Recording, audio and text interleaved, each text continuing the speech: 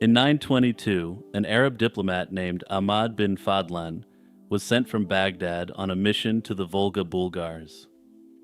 Somewhere along the river, he encountered a group of traders he'd never seen before.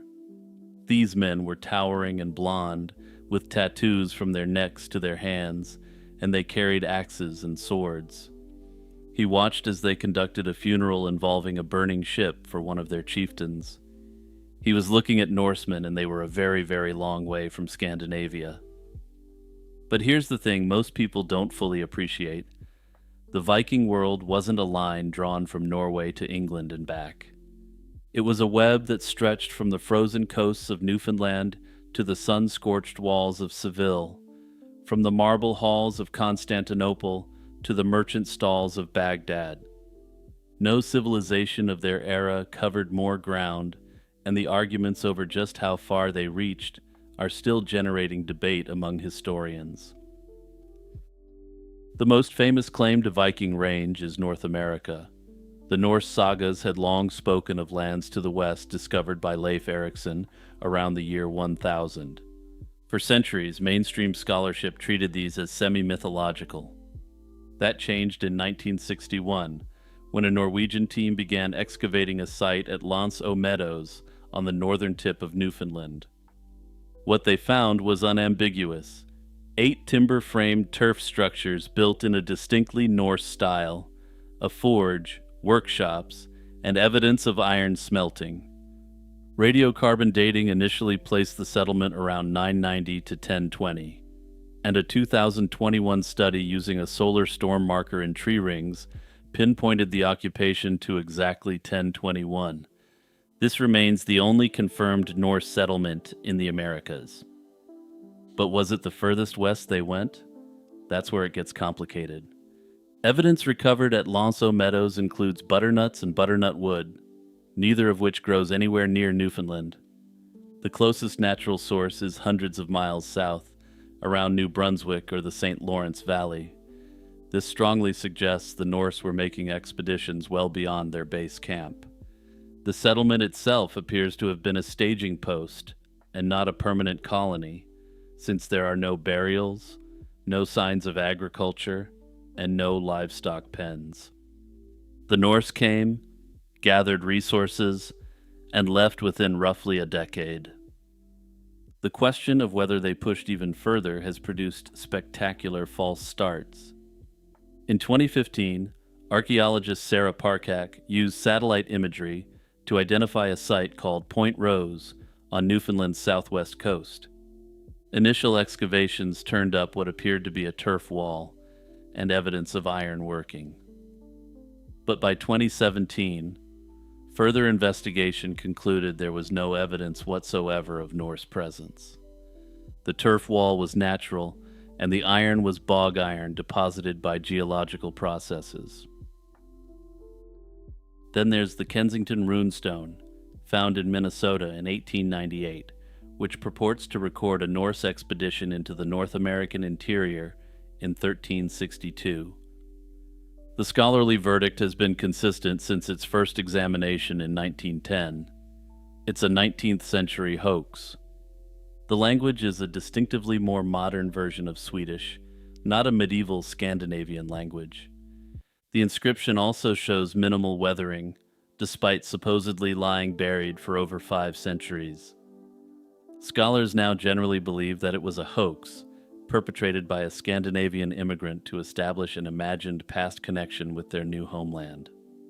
Far more intriguing is the Main Penny, a Norwegian silver coin from the reign of King Olaf III of Norway, who ruled from 1067 to 1093.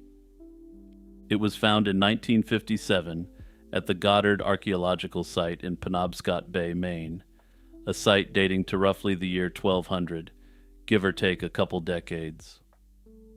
Unlike the Kensington Runestone, the coin is absolutely genuine, with the mystery being the question of how it got there.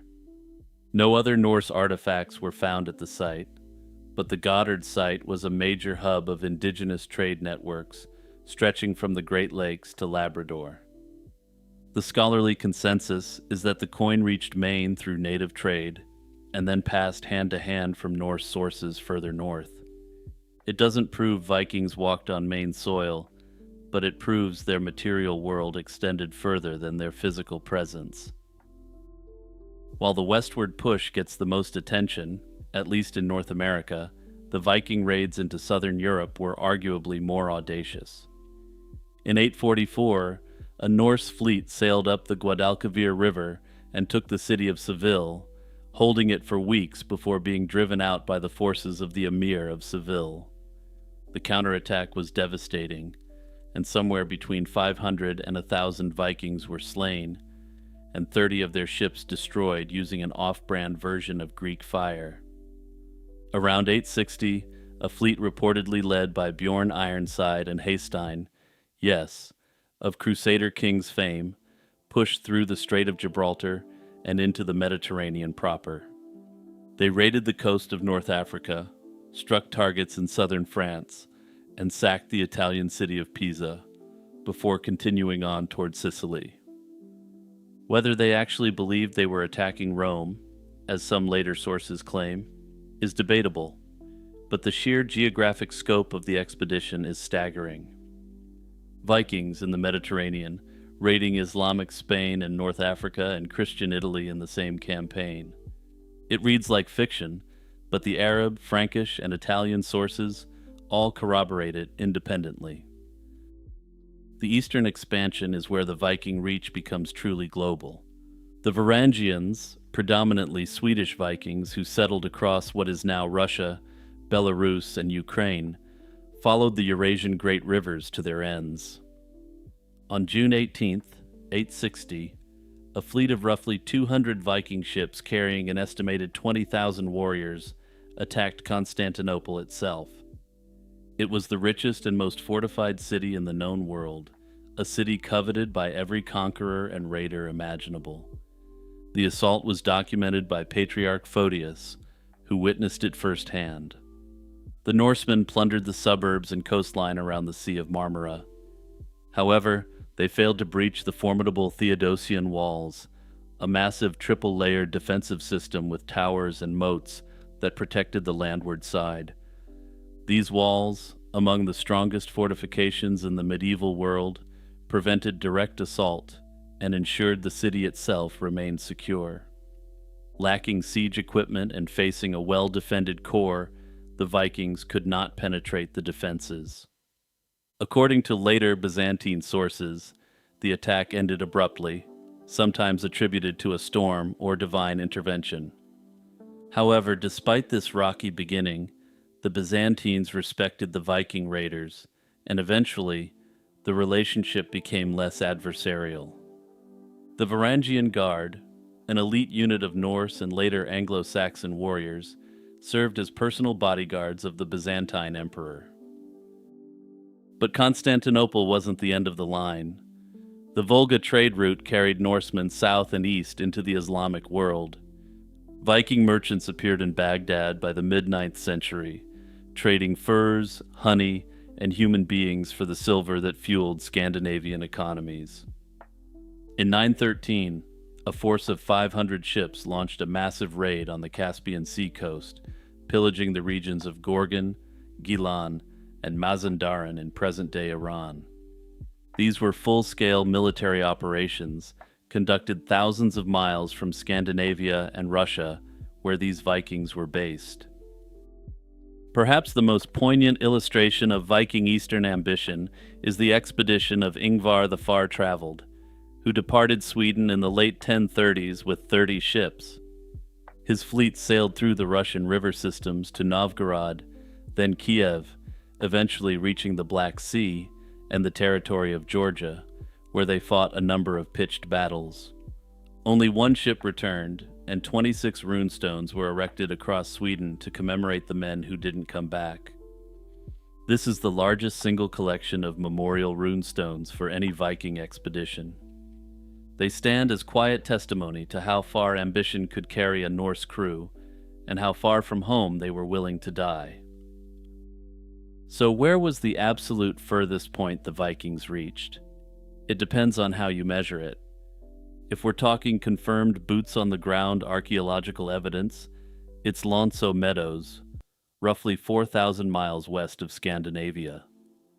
If you're following the military expeditions east, Vikings were conducting raids on the shores of the Caspian Sea over 2,500 miles from their homeland by the river routes they traveled.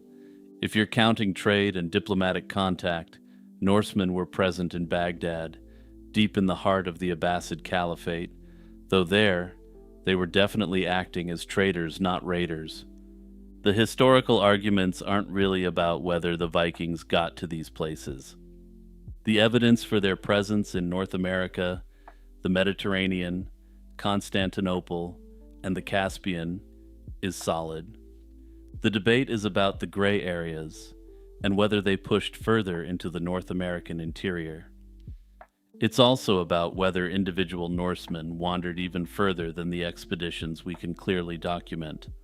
Ultimately, given what we know, it's theoretically possible that a small group of Vikings may have even done something as audacious as travel along the Silk Road, reaching China. That said, at present there's just no evidence for it, but given their confirmed wanderlust, it's entirely possible. Here's a story that's been retold for nearly 900 years, and nobody can agree on whether it actually happened. In December 1140, a group of women reportedly walked out of a besieged castle in southern Germany, carrying their husbands on their backs. A king, against the objections of his own brother, let them do it due to a deal they made. It's exactly the kind of tale that sounds too perfect to be true, and that, as it turns out, is precisely the problem. To understand what happened at Weinsberg, we need to examine and understand the mess that was 12th century German politics. In 1137, Holy Roman Emperor Lothair III died, and what followed was one of those succession crises that medieval Europe seemed to specialize in.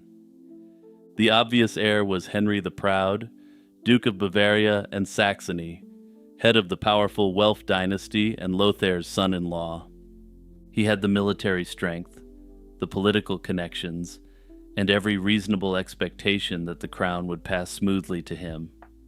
But the electors of the realm had a different plan, and on the 7th of March, 1138, they elected Conrad of Hohenstaufen, a deliberate snub to the Welf dynasty. Conrad wasn't about to share power with the man he'd just edged out, so he placed Henry the Proud under imperial ban and stripped him of both his duchies.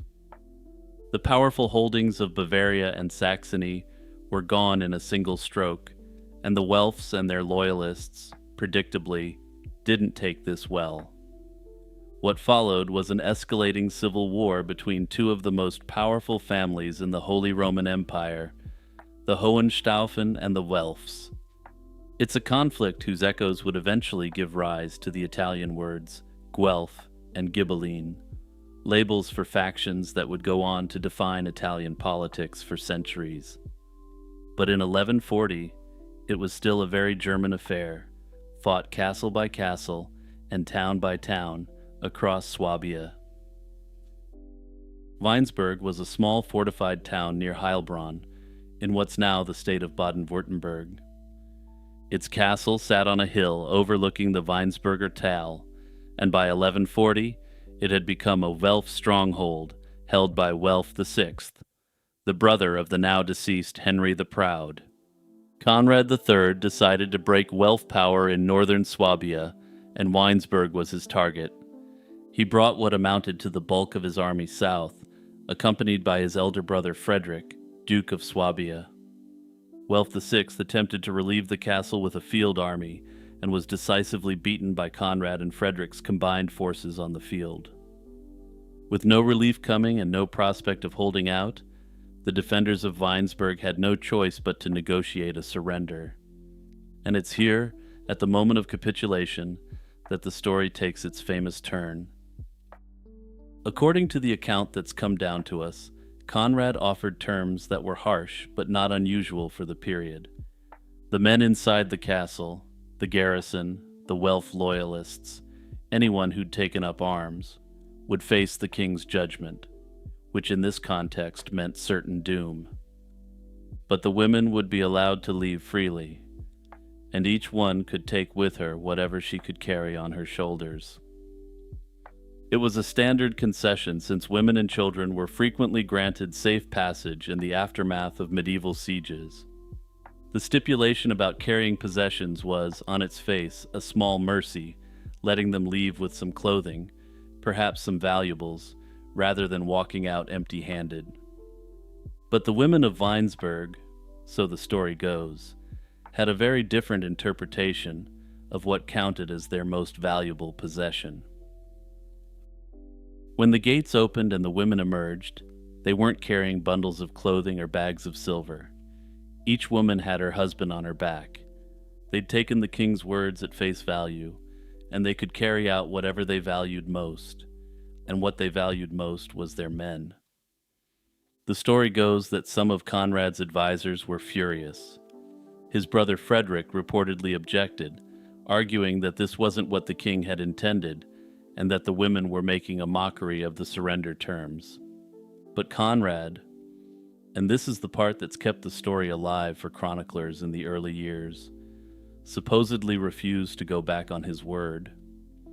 A king's promise, he reportedly declared, should never be broken, so he let the men go. The castle itself was taken, and Welf VI's cause in northern Swabia was effectively finished. But the lives that should have been forfeit were saved by what was, in effect, a very clever bit of medieval lawyering. This is where things get complicated, because when you start pulling at the threads of this story, it unravels fairly quickly. The earliest known account of the wife-carrying episode comes from the Royal Chronicle of Cologne, an anonymous Latin chronicle first compiled around 1175. This puts it roughly 35 years after the siege itself, though it likely worked substantially from earlier, now lost sources. The chronicle is generally considered a respectable source for 12th century German history, but it isn't a contemporary eyewitness account. It's a retrospective compilation, written a generation later and hundreds of miles from Weinsberg. More troubling is what's absent from other sources. Otto of Freising, one of the most important chroniclers of the period, and, notably, Conrad's own half-brother, wrote extensively about the Welf-Hohenstaufen conflict. He doesn't mention the women of Weinsberg at all, a fact that seems odd given that it portrays Conrad as a just and lawful ruler. After all, even though he was, in essence, outwitted by the women in the castle, he accepted this minor defeat graciously, showing a great deal of character. It's also absent from the Historia Welforum, a pro-Welf chronicle that would have had every reason to celebrate a story in which Welf women outwitted a Hohenstaufen king. If this had actually happened, you'd expect propagandists on both sides to have been dining out on it for decades. The Hohenstaufen faction can portray their leader as a truly righteous and just ruler who ultimately won the day, while the Welf side could challenge Conrad's masculinity. Their joint silence on an event that both sides could very easily spin in their direction is, to put it mildly, conspicuous. So we're left with a single source, written decades after the fact, with no corroboration from either side of the conflict. Of course, that isn't nothing. The Cologne Chronicle isn't unreliable as a rule, but it's thin ground on which to build absolute historical certainty. The historicity problem gets worse when you zoom out. The story of besieged women carrying their husbands to safety isn't unique to Weinsberg. In Germany alone, there are a number of versions of similar events, so much so that the brothers Grimm documented it as part of German folk tradition. They treated it largely as folklore or legend, though given the context that they were working in, that may have been their own bias at play. Notably, it's important to remember that simply because similar stories have rooted themselves into folklore, it doesn't mean an original origin story didn't exist or happen. Interestingly, the other similar versions of this event set in Germany all take place after the Weinsberg siege. That suggests that it's possible that this could have been the origin story of the event, and from there, the story spread and attached itself to other stories. After all, it's a very good narrative device, and people love stories where the perceived underdog scores a big win through clever behavior. It also vaguely reminds me of the story of Lady Godiva's famous ride through Coventry. They both feature women performing unusual physical acts to subvert the decree of a powerful man, though obviously there are numerous differences in the narrative. The story might have remained an obscure entry in a medieval chronicle if not for its rediscovery during the Renaissance. Around the year 1500, Johannes Trithemius, the abbot of Sponheim, found the tale, likely in the Cologne Chronicle, and incorporated it into his Hirsau Chronicle. However, this was a hand-produced, traditional document, and so it couldn't be mass-produced. But from there, the printing press would quickly do its work. From there, it was picked up by Johannes Nauclerus, a historian who sought to chronicle world history from the creation of Adam to 1500. His World Chronicle, as it's known in English, was published in 1516, and was the first time the faithful wives of Weinsberg's story appeared in print. Thanks to the book's multiple editions, the story spread rapidly through educated German-speaking circles. From there, it entered into the realm of generally accepted historical fact, despite the shaky foundation of this legend. By the 18th and 19th centuries, the tale had become rich literary material, and a number of German authors adapted it during the Romantic period. Meanwhile, the castle ruins at Weinsberg were rechristened Burg Weibertreu, which according to Google Translate means Faithful Women's Castle, which makes sense in the context. Ultimately, you're probably still asking whether the event actually happened. Personally, I think the honest answer is that there's likely a significant element of truth to it, but the tale was exaggerated in the telling. The single source problem is the most significant, since if the narrative happens as we're told, it would have been more widely reported. The absence of the story from both pro-Hohenstaufen and pro-Welf chronicles is extremely hard to explain, since it has propagandistic value for both sides. That said, if the actual event was less spectacular than the story that was reported in the Cologne Chronicle, it may make sense that it was absent from both these partisan sources. Something almost certainly happened at Weinsberg, which planted the seed for the legend which grew over the coming decades. We know that medieval sieges regularly ended with negotiated terms that included safe passage for women. It's entirely conceivable that some act of defiance or cleverness during the evacuation got exaggerated and romanticized over the following decades. It's also theoretically possible, given the hatred the two sides had for each other in the campaign, that being carried out by women may have been some sort of humiliation ritual. If this was the case, it may make sense that neither side wanted to report it in their chronicle. That's just pure speculation on my part, though, and there's no evidence to suggest this was the case. It's possible that the Cologne chronicler may have been recording a garbled multi-decade echo of a real incident, or they may have been embellishing the record to make a point about royal mercy or the sanctity of a king's word. That's ultimately what the story is about, whatever its origins, since this isn't fully a tale about clever wives, but a good king. If it was simply a narrative about selfless, clever wives, it would have actually made a better story to have Conrad punish them and their husbands for their actions. Conrad honors his word even when doing so undercuts his own military victory, and that's the moral the chronicler wanted to land. Whether the women of Weinsberg actually carried their husbands down that hill in December 1140, we'll likely never know for certain. But the fact that people have been telling this story for nearly 9 centuries tells you something about what we want from history. Not just plain facts, but meaning. And the clever wives who put their necks on the line to carry their husbands to safety is a compelling and meaningful historical narrative. Hey everyone, it's Jimmy here with a reminder to hit the share button and send this video to your friends and family who appreciate history. Also, as usual, don't forget that you can check out the YouTube membership or the Patreon to support my channel further. On a summer day in Tudor England, a person might feel a slight chill and a faint pain behind the eyes. By nightfall, they could be drenched in sweat and fighting for their life. In 1528, a French ambassador in London remarked that it was the easiest disease in the world to die from. Mild aches in the head and chest could suddenly turn fatal as a drenching fever swept over the victim.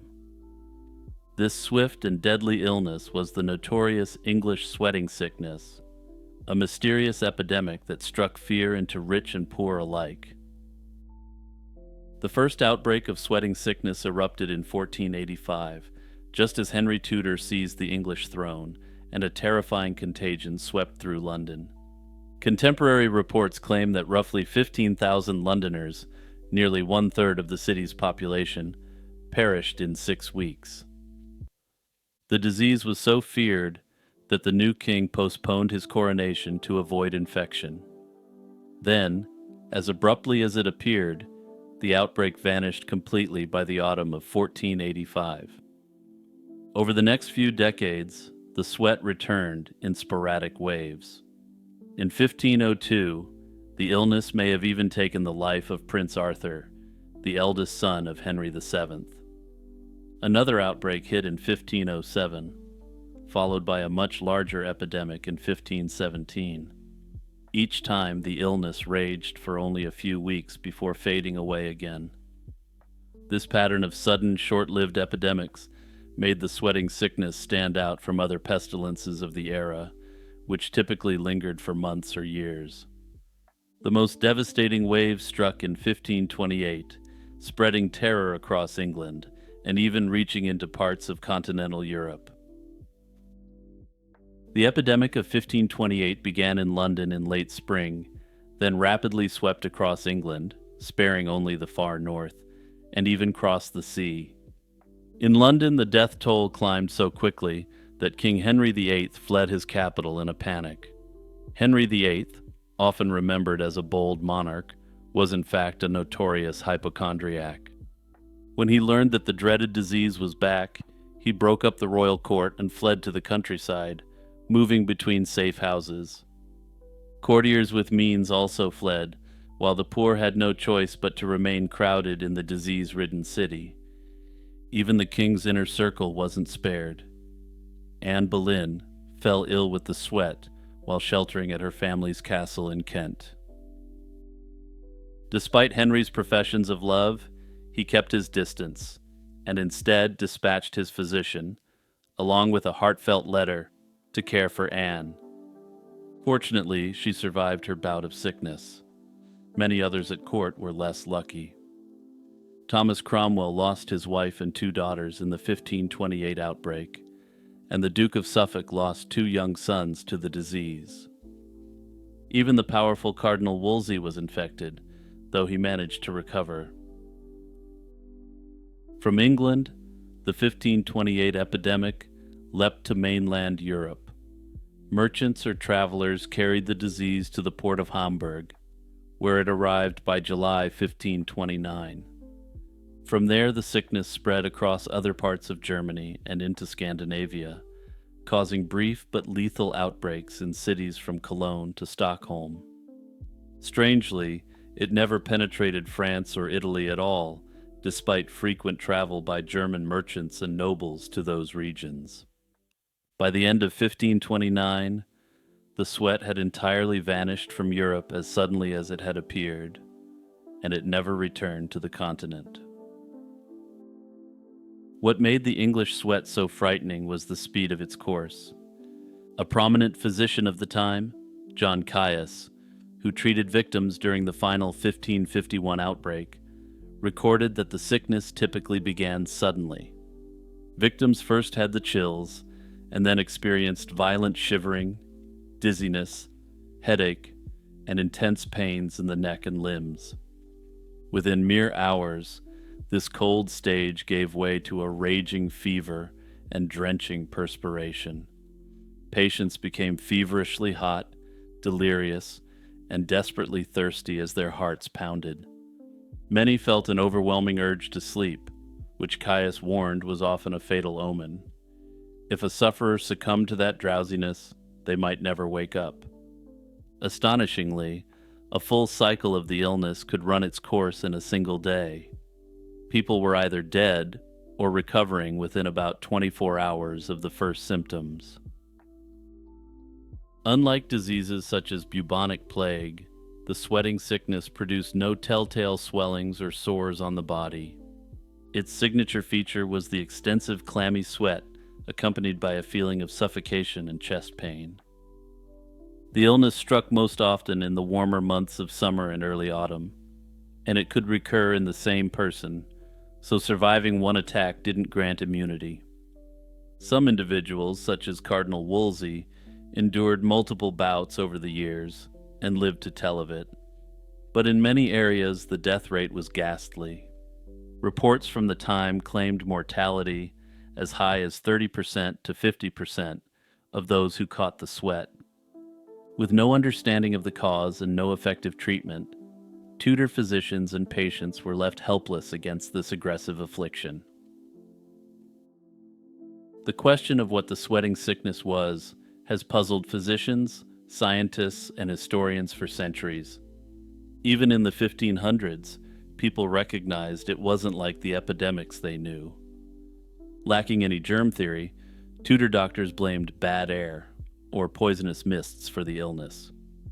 Modern researchers have combed through historical records to propose possible culprits, but no single explanation perfectly fits all the facts.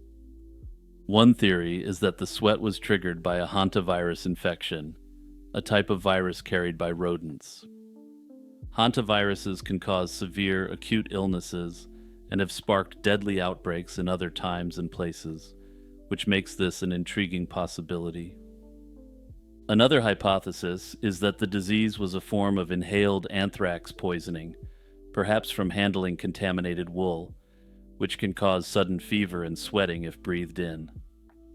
Some have even speculated about a mosquito-borne virus similar to dengue fever. None of these theories is completely satisfying. Anthrax and hantavirus infections today don't usually spread rapidly from person to person. Yet Tudor accounts imply that the sweat could sweep through households and towns with frightening speed. Another clue comes from a later illness known as Picardy sweat, which broke out in France a few centuries after the English sweat disappeared. Investigators in the 19th century noted that French farm workers who slept close to the ground were often victims, hinting that rodents and their fleas might have been involved. Yet the Picardy sweat came with a skin rash, a detail never mentioned despite the numerous English accounts from English writers. The legacy of the sweating sickness is one of fear and mystery. In its time, it appeared without warning, killed swiftly, and then vanished completely. It altered royal decisions, haunted a generation, and left behind an enduring medical enigma. 5 centuries later, the English sweating sickness remains a sobering reminder of how an epidemic can blaze through humanity and then disappear, leaving only terrified recollections.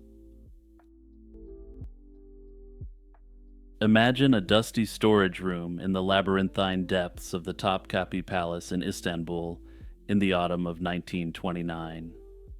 A German theologian named Gustav Deissmann is hunched over stacks of neglected manuscripts, cataloging items that have lain forgotten for centuries.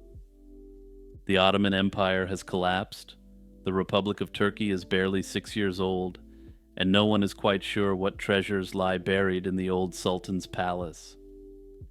Deissmann unfurls a sheet of gazelle skin, yellowed with age and bearing elaborate illustrations in faded ink. He sees coastlines, ships with billowing sails, exotic animals, and inscriptions in Ottoman Turkish. He doesn't yet realize that he is holding a fragment of one of the most controversial maps in human history. He's holding a document that will ignite debates about medieval and ancient knowledge, lost civilizations, and the very nature of discovery itself. The Piri Reis map, as it would come to be known, was created in 1513 by an Ottoman admiral named Muhyiddin Piri, who earned the honorific Reis, meaning admiral. Only about 1/3 of the original world map survives today, showing the Atlantic Ocean, the western coasts of Europe and Africa, and the eastern coastline of the Americas. The surviving fragment measures roughly 90 by 63 centimeters and is painted on gazelle hide in vivid colors that have faded but not disappeared over 5 centuries. What makes this particular document extraordinary isn't merely its age or its beauty, but the claims its creator made about his sources and the mysteries those claims have spawned. Piri Reis was born around 1465 in Gallipoli, a strategic naval town on the Dardanelles that served as a base for Ottoman maritime operations. His education in the arts of the sea began early, and his uncle, Kemal Reis, was one of the most feared corsairs in the Mediterranean. These were privateers who terrorized Spanish, Venetian, and other European shipping while serving the Ottoman Sultan. In essence, they were state-sponsored pirates. The young future admiral joined his uncle's crew at the age of 11 or 12, learning navigation, combat, and cartography in the crucible of actual naval battles. For decades, he sailed the Mediterranean and beyond, accumulating geographical knowledge that few could match. The map itself was completed in the month of Muharram in the Islamic year 919, corresponding to March or April of 1513. Piri Reis presented it to Selim the Grim in 1517 during the Ottoman conquest of Egypt. He was perhaps hoping to demonstrate the strategic value of his geographical expertise to the empire's expanding ambitions. The timing was significant. Columbus had reached the Caribbean only 21 years earlier. Vasco da Gama had rounded the Cape of Good Hope just 15 years before. The great age of European exploration was in its infancy, and yet here was an Ottoman admiral producing a world map of remarkable sophistication. The inscriptions on the map, written in Ottoman Turkish, provide a window into Piri Reis's methodology and his sources. He claimed to have consulted approximately 20 maps in constructing his composite image of the Atlantic world. Among these, he listed 8 Ptolemaic maps from the classical tradition, 4 Portuguese maps, an Arabic map, and a map that he claimed was made by Columbus himself. According to Piri Reis, this Columbus map had been captured from a Spanish sailor during a naval engagement in the Mediterranean in 1501. The sailor had reportedly accompanied Columbus on 3 voyages to the New World and carried a copy of the explorer's own chart. This claim about the Columbus source has fascinated historians for nearly a century. No map made by Columbus is known to survive. The Piri Reis map shows the Caribbean islands with reasonable accuracy, including Cuba, Hispaniola, and the coastline that Columbus would have encountered on his voyages.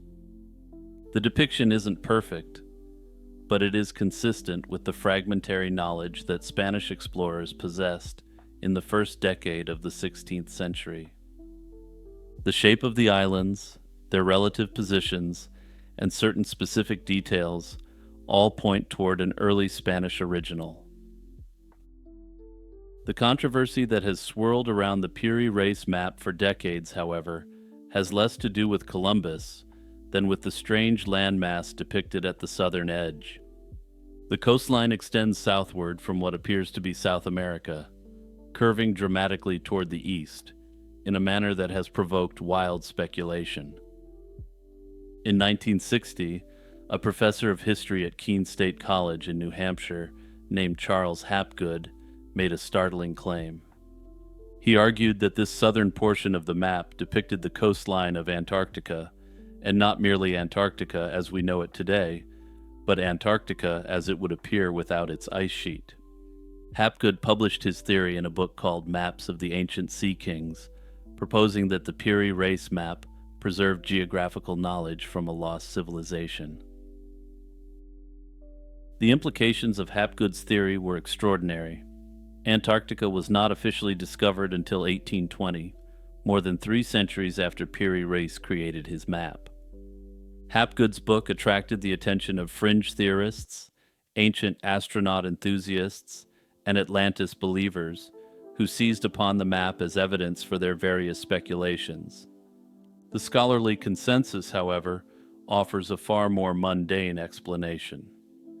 The southern landmass on the Piri Reis map is almost certainly not Antarctica at all. It's most likely a continuation of the South American coastline, distorted and bent eastward due to the conventions of Portolan chart construction. Portolan charts, the navigational maps used by Mediterranean sailors, typically showed coastlines curving around the edges of the parchment. They weren't designed to represent the spherical Earth on a flat surface with mathematical precision, but rather, they were practical tools for coastal navigation. When Piri Reis compiled his map from multiple sources, he was forced to reconcile different scales, orientations, and projections. Furthermore, the map may reflect the widespread Renaissance belief in a great southern continent, a hypothetical terra australis that appeared on many maps of the period. European cartographers had theorized since ancient times that a massive landmass must exist in the southern hemisphere to balance the known continents of the north. This theoretical continent appeared on maps long before any explorer actually reached Antarctic waters. The southern landmass on the Piri Reis map may simply represent this speculative geography, drawn from sources that were themselves based on theory rather than observation. What remains undeniable is the remarkable achievement that the map represents within its proper historical context. In 1513, the Ottoman Empire was engaged in an intellectual golden age, synthesizing knowledge from Arab, Persian, Greek, and now Renaissance European sources. Piri Reis stood at the intersection of multiple cartographic traditions and was able to synthesize them in a way few others could. He could read Arabic and had access to Islamic geographical texts that preserved classical learning largely still lost to medieval Europe. He also had access through naval combat and Mediterranean commerce to the latest Portuguese and Spanish discoveries.